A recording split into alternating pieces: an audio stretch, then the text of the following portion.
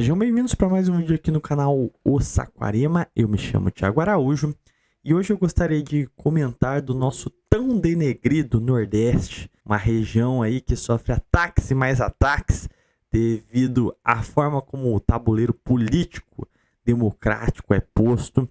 Então eu gostaria de trazer algumas reflexões aqui para a gente pensar um pouco numa restauração nacional, num processo de edificação do país e não demolição do país, como vem sendo os últimos 40 anos.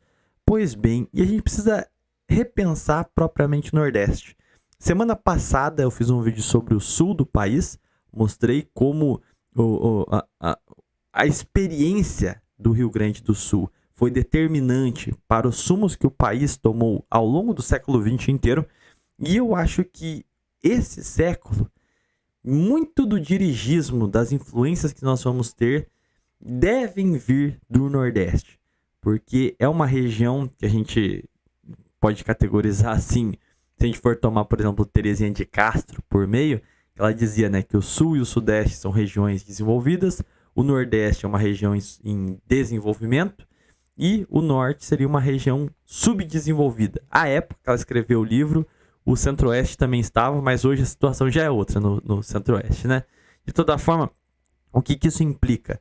Que toda a faixa litorânea do país, ela é encharcada por cosmopolitismo, por influências continentais e marítimas, e o Nordeste já teve, né, nossa capital, na Bahia, e a gente vê um processo de precarização do Nordeste, um declínio da intelectualidade dos expoentes da cultura nordestina para o Brasil.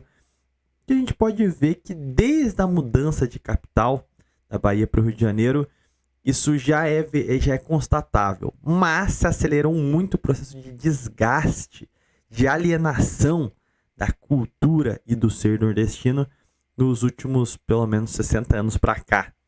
E eu acho que a gente não consegue aliançar um projeto de restauração nacional sem resolver o Nordeste. Sem resolver o Nordeste, não dá para resolver o Brasil. E aqui, em todas as suas camadas, que perpassam desde o declínio cultural, as taxas alarmantes de criminalidade, a total ausência da presença do Estado, a presença negativa do Estado, né, o clientelismo, o coronelismo que ainda impera na região. E a gente vai trazer aqui como isso impacta, inclusive, de forma degradante o Nordeste brasileiro, em especial com os períodos democráticos. Inclusive, na Sexta República, há um agravante disso e é muito evidente. Mas, antes da gente tratar propriamente do tema em questão, eu vou pedir para vocês deixarem o gostei aí no vídeo. Se não for inscrito, já se inscreve aí. Tem muita gente que está assistindo os vídeos e não está se inscrevendo. Estamos aí rumo aos 10 mil inscritos. E se você quiser colaborar com o canal financeiramente para ajudar na manutenção aqui das atividades, tem tanto o clube de membros do canal, tem vídeos exclusivos, como também tem a opção de Valeu Demais, ou se preferir, tem a chave Pix na descrição, tá bom? Então eu agradeço bastante se você puder colaborar financeiramente, mas já agradeço demais também se você ajudar aí com as coisas que são gratuitas do algoritmo. Gostei, inscrição, um comentário aí que alavanca a divulgação do canal também. E lógico, compartilha aí nos seus grupos de Zap, grupos de Telegram e afins este vídeo cá. Pois bem, em primeiro ponto, a gente tem que entender que o Brasil ele tem uma vocação atlântica. Ou seja, os polos já desenvolvidos do país, e sempre minou, a gente consegue ver o grande objetivo do Brasil historicamente seria fazer a marcha para o oeste, o que denota que a civilização se concentra muito fortemente no litoral. E quando a gente consegue fazer marchas para o oeste, o país tem surtos de interligação e desenvolvimento como um todo. A gente pode pegar isso desde os casos, por exemplo, do ciclo do ouro em Minas, como também em outros casos, como a criação de Brasília, ou agora a expansão do agro para o centro-oeste. Mas o fato é que, se nós não ajeitarmos a faixa litorânea, é muito complicado manter um projeto de expansão a oeste. E a gente pode dizer que o sul está devidamente solucionado, já é uma região muito competitiva. Idem para o sudeste, que é, vamos dizer assim, na faixa litorânea, o coração do país. no passado devido às bacias dos rios navegarem para dentro, né? Como também hoje é um centro logístico, meio que o controle nacional passa pelo Sudeste, o que seria o epicentro, o centro geopolítico do país, necessariamente é Rio de Janeiro, São Paulo, não tem como fugir dessa condicionante. Mas o Nordeste é a ponta mais próxima das influências políticas, ideológicas no Brasil. E, novamente, aqui eu estou parafraseando a Terezinha de Castro, tá? Uma teórica da geopolítica do Brasil, e é uma região em desenvolvimento. Só que ela, vamos dizer assim, é a luz que ou brilha demais ou recai em trevas, porque ou ela expõe para o país a nata da intelectualidade, o pioneirismo, o vanguardismo, ou cai num obscurantismo total de expressões de cultura bestial. Eu acho que isso aqui não é ofensivo, né? Eu sou descendente de nordestinos, mas eu acho que é constatável e evidente. Vou até contar uma experiência pessoal aqui. Teve uma feira nordestina aqui na minha cidade. Eu fui lá louco já para comprar um bolinho de rolo, que eu gosto, comer uma comida típica. Ver lá, falou que ia ter show, não sei o que. Tava esperando já um Luiz Gonzaga, tocar uns shots, tocar, sei lá, música armorial também. É um grande símbolo da cultura nordestina. E o que tinha a oferecer era pisadinha e bebida alcoólica. Ou seja, a gente tem uma nata de alta cultura ligada até com o medievo no Nordeste, mas ao mesmo tempo a gente tem a cultura mais ogroide possível e imaginável. Então a gente tem que gerir muito bem a questão do Nordeste. E o Nordeste, é interessante como as análises sobre o Nordeste refletem todo o país, como a gente vê no Gilberto Freire, um regionalista pernambucano, mas que soube tirar do regionalismo a essência nacional do país como um todo. Mas se verifica a necessidade de um regime de autoritarismo, só que não no autoritarismo do jargão dos jornais, como a gente vê normalmente com uma conotação negativa. Tem uma aula aqui no canal que chama o Pensamento Autoritário Brasileiro, onde a gente define o que é a ideologia autoritária em seu aspecto real, inclusive nos seus pontos altivos e positivos para o Brasil. Ou seja, uma elite nacional imbuída de melhoramentos culturais e sociais e promover propriamente o desenvolvimento com base no ser brasileiro. E o Nordeste, até porque assim, o surto da identidade nacional tem uma influência muito grande de intelectuais nordestinos, por exemplo, na semana de 22, né? O regionalismo, como eu disse, pernambucano, na figura do Freire, é muito forte. E querendo ou não, o Nordeste é o ponto, o marco inicial do Brasil.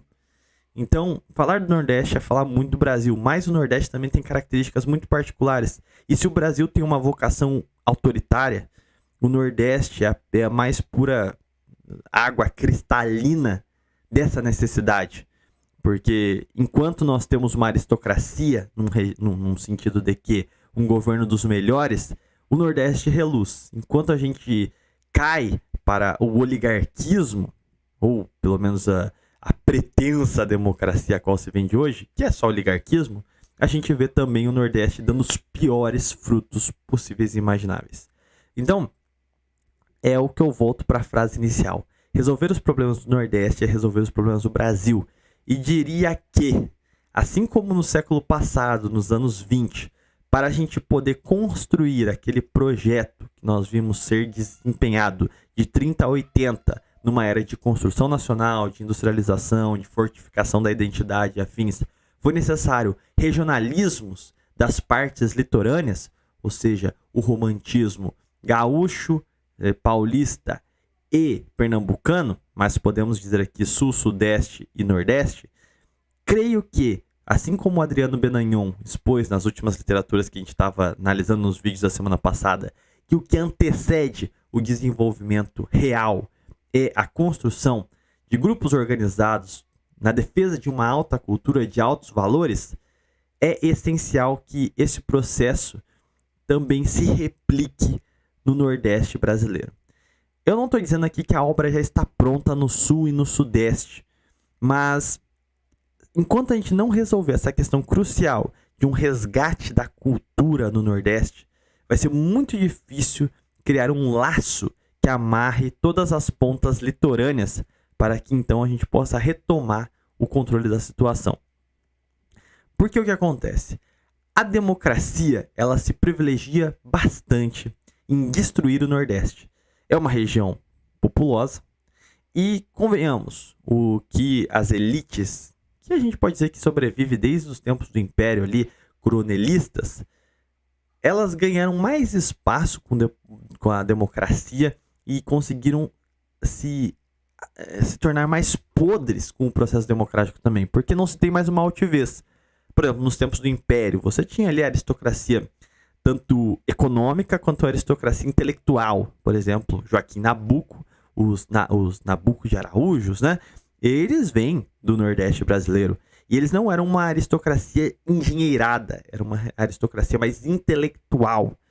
E é isso que o Nordeste perdeu nos últimos tempos para cá. Sempre houve, né, canalhas e sujeitos que se tiram vantagem das suas posições de poder. A gente tem toda uma discussão em torno do patrimonialismo, mas o problema é que não era só isso. Com a República Velha, a gente reduziu muito, não só do Nordeste, mas todos os nossos regionalismos, apenas a oligarquia econômica, a oligarquia puramente material, sem esse laço transcendental com a terra, que era típico dessa fidalguia, principalmente nordestina, inclusive, onde o espírito aristocrático fidalgo criou mais raízes no país. O problema é que a democracia, pela sua própria característica secularizante, tirou esses propósitos altivos. Então a gente tem a podridão, a oligarquia da aristocracia, né? A degeneração dela, não se torna a oligarquia em si, se torna o nosso coronelismo.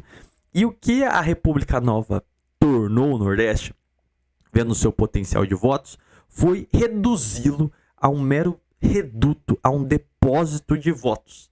Então, é do interesse democrático destruir e aprofundar ainda mais a crise cultural, intelectual, civilizatória, espiritual do Nordeste. E implica-se também, já que a formação de uma identidade, de uma mentalidade é pressuposto para o desenvolvimento, uma crise também econômica na região Nordeste.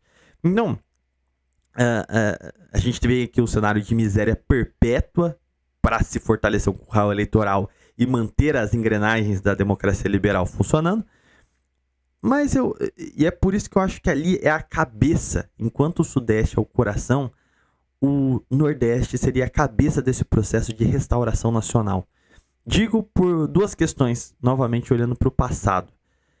Primeiro ponto, a gente tem uma gradual perca de influência do Nordeste, desde a transposição da capital para o Rio de Janeiro, o que tira muito foco, tira a burocracia e a atenção devida ao Nordeste. Aliado a isso, no século XIX, a gente começa a ver as secas como um fenômeno brutal atingindo o Nordeste brasileiro e a gente não tendo meios de dar uma resposta a este evento climático.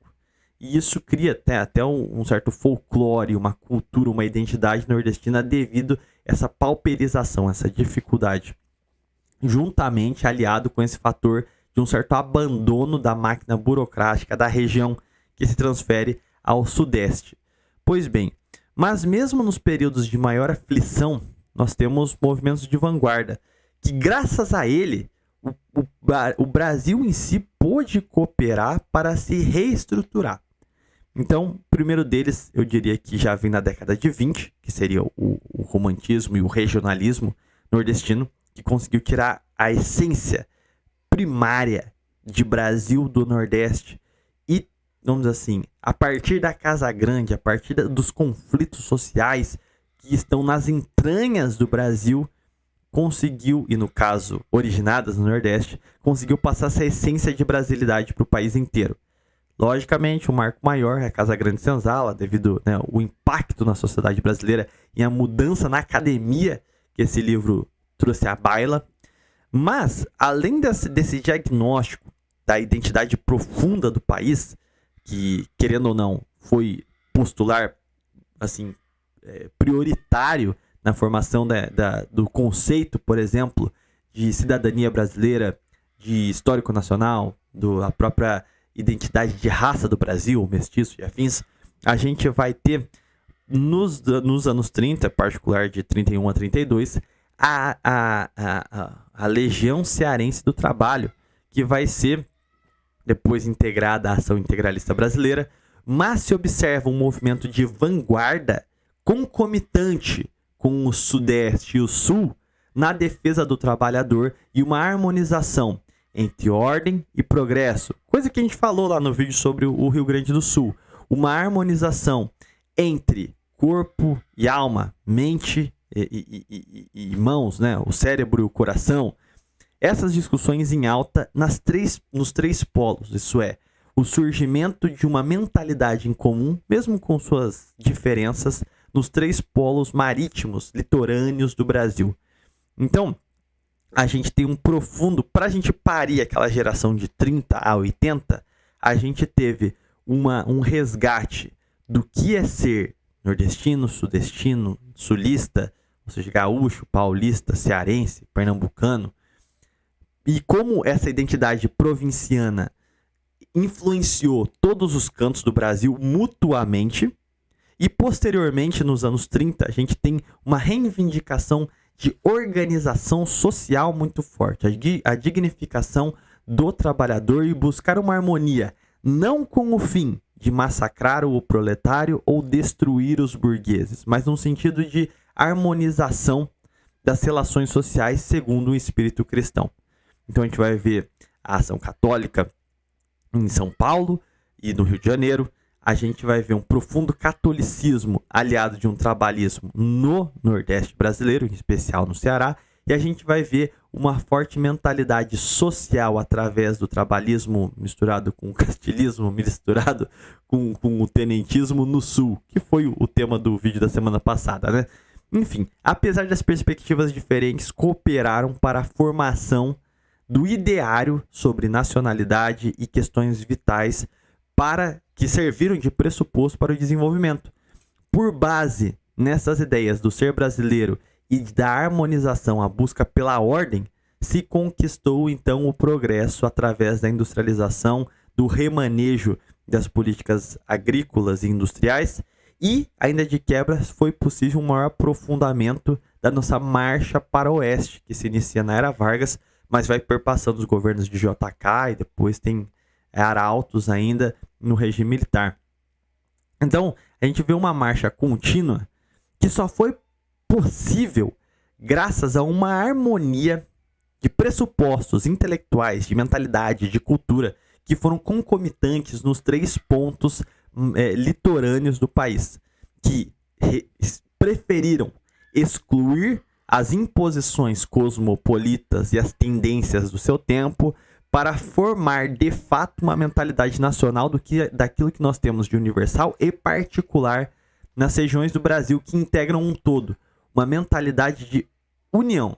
E eu até diria que na questão trabalhista, a abdicação da Legião Cearense do Trabalho para se integrar à ação integralista diz muito, é algo muito simbólico, porque é um movimento trabalhista de cunho regional que se integra, abre mão da sua existência para ser assimilado por um projeto nacional de união nacional como um todo, representado no integralismo.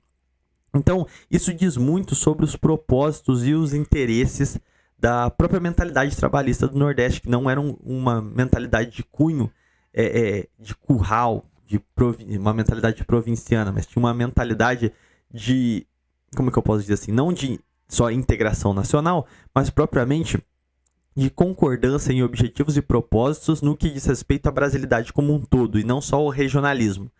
Então, qual que é o problema?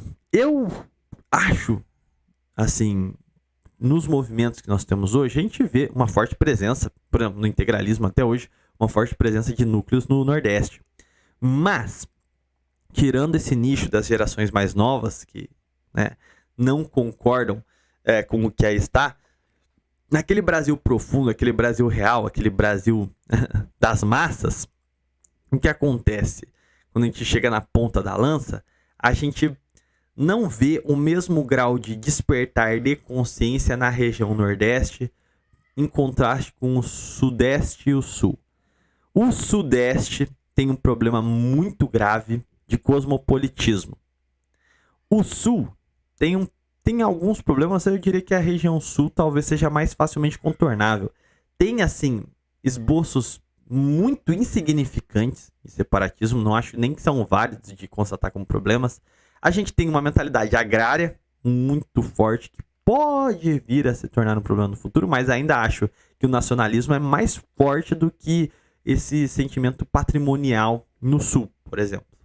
Então, os maiores problemas eu diria que está no Sudeste, devido à sua forte exposição às cargas ideológicas oriundas do Ocidente, né? América do Norte e Europa.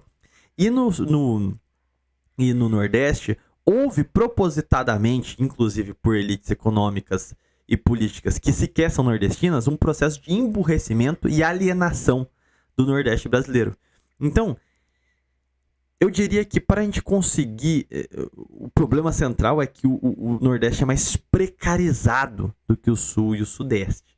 Então isso dificulta a formação, pelo menos minimamente, de massas na construção de uma identidade, um grupo de intelectuais. Mas eu diria que é possível partir daquele pressuposto que já está intrínseco na própria cultura nordestina, que é um regime de fidalguia, um regime que conversa muito com o pensamento autoritário brasileiro. Se é impossível, no momento em que nós estamos, educar as massas para a construção desse pensamento soberano, o que dá para se fazer seria a formação de uma elite, um grupo seleto que deverá alcançar posições de poder e orientar com um pensamento nacional as massas. Isso é importante a gente pensar nesse ponto, porque é fundamental que as três partes litorâneas tenham esse processo, só que, devido às condições nacionais históricas recentes, no Nordeste é mais difícil. Mas não significa que isso seja uma situação perene, ou seja, que a gente vai querer simplesmente deixar uma massa aborrecida do Nordeste e uma pequena elite política e intelectual. Não é esse o foco. Mas é necessário que isso surja para que seja corrigido esse processo no futuro. Só dá para sair da atual situação de dependência e de precarização da região Nordeste se a gente tiver uma elite que seja capaz de se libertar das amarras da democracia liberal e do pensamento cosmopolita, que fica ali travestindo-se de cosmopolita para esconder o seu coronelismo. Seria necessário uma pequena elite capaz de se coadunar com o Sudeste e o Sul para então livrar o seu povo dessas amarras da alienação. Então, assim, eu diria que, devido às condições, existe um franco combate a ser feito em todas as partes, em especial no Sudeste, mas outro flanco muito complicado é o Nordeste. Enquanto nós não resolvermos o Nordeste, não dá para resolver o Brasil.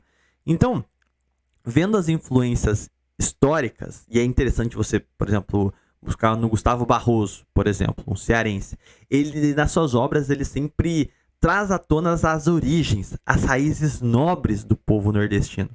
Talvez seja nesse misto de um orgulho da herança do sangue nordestino e na mistura com uma cultura popular de um Brasil profundo e não os pisadinhas da vida, que possa nascer essa elite para o século XXI de uma revalorização do Nordeste como epicentro da cultura nacional, pressuposto da mentalidade nacional para se alcançar o desenvolvimento num movimento de mudança política. Então, eu acho que teria que ser esse misto entre um espírito aristocrático nobre, juntamente com um sentimento de profunda cultura popular real. Então, esse é um processo que eu acho que só dá para ser contornado com pequenas ações, com pequenos núcleos, com pequenos grupos de estudo, principalmente encabeçados pelas gerações mais novas, e que busque dialogar com as gerações anteriores, mas visando principalmente peneirar o que há de melhor na nata das gerações que ainda estão por vir. Geração alfa aí está crescendo, para então ir fortificando esses núcleos de estudo em institutos, em grupos de pesquisa, em espaços na academia, para que a gente tenha um núcleo duro, firme no Nordeste, para compor-se com o Sudeste e o Sul.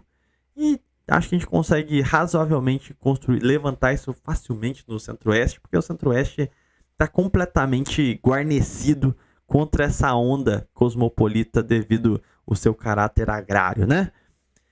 Mas enfim, a lição do dia, basicamente, que eu queria comentar aqui com vocês é isso. A necessidade de a gente ter grupos organizados de formação de militância e preparação intelectual no Nordeste brasileiro. Porque se a gente focar tudo no Sul e Sudeste, não vai rolar, não vai acontecer nada. E isso diz muito sobre as profundas, assim, as complicações das eleições recentes. Porque vai lá, o grosso da população tem uma maioria, vamos assim, de direita, e o Nordeste vai lá e empurra tudo para a esquerda. Ou seja, a gente perde por falta de planejamento. E acontece um processo que eu acho muito triste também no Nordeste, que eu acho que vale comentar aqui antes de fechar esse vídeo, que é um processo que a gente só via com a imigração, mas agora a gente está vendo no próprio Nordeste. Muita gente fala assim, o fulano saía lá da Paraíba, vinha, todo mundo sabia, ele era filho do sujeito de tal, era assim assado, e vinha para o Sudeste ser um Zé Ninguém, totalmente desenraizado. E se ele fracassasse no êxito da sua boa imigração, se alocando, conseguindo estruturar sua família afins, ele teria uma família desestruturada, que explica muito das periferizações que nós temos nos centros de São Paulo, do Rio de Janeiro e afins, onde as favelas, as periferias são quase que majoritariamente compostas de muitos imigrantes que tentaram a vida aqui 1-2 gerações atrás e não deu certo. Agora, isso aí, essa questão de você ser um Zé Ninguém porque você saiu da sua terra natal e veio de Malicuia para outra região, está começando a acontecer no próprio Nordeste. Uma desenraização na sua própria terra natal. Você deixa de ser o filho do fulano de tal porque tudo está ruindo. Todas as bases culturais, regionais mesmo, estão começando a se desenraizar. E é por isso que esse projeto de restauração da cultura nacional a partir do Nordeste tem que começar antes desse processo se alavancar mais, porque aí fica mais difícil ainda restaurar esses nós de ligação com as tradições do passado. Mas enfim, foi só um breve parênteses aqui para a gente fechar. Eu vou ficando por aqui. Fiquem com Deus. Até um próximo vídeo live e falou!